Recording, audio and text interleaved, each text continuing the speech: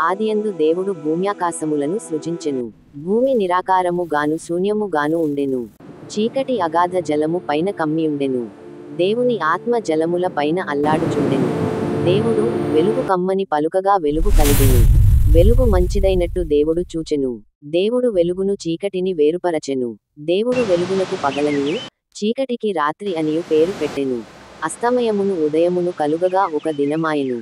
మరియు దేవుడు జలముల మధ్య నొక విశాలము కలిగి ఆ జలములను ఈ జలములను వేరుపరచును గాకని పలికెను.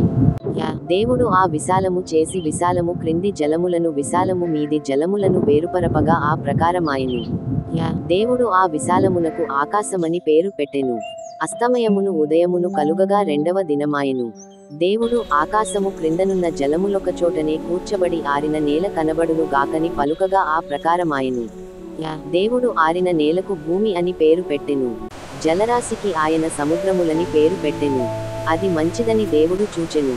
దేవుడు గడ్డిని విత్తనములిచ్చు చెట్లను భూమి మీద తమ తమ జాతి ప్రకారము తమలో విత్తనములు గల ఫలమిచ్చు ఫలవృక్షములను భూమి మొలిపించు గాకని పలుకగా ఆ ప్రకారమాయెను. భూమి గడ్డిని తమ తమ జాతి ప్రకారము విత్తనములిచ్చు చెట్లను తమ తమ జాతి ప్రకారము తమలో విత్తనములు గల ఫలవృక్షములను మొలిపింపగా అది మంచిదని దేవుడు చూచెను. అస్తమయమును ఉదయమును కలుగగా మూడవ దినమాయెను. దేవుడు పగటిని రాత్రిని వేరుపరచునట్లు ఆకాశ విశాలమందు జ్యోతులు కలుగును గాకనియు అవి సూచనలను కాలములను దిన సంవత్సరములను సూచించుటకై యుండు గాకనియు భూమి మీద వెలుగిచ్చుటకు అవి ఆకాశ విశాలమందు జ్యోతులై యుండు గాకనియు పలికెను.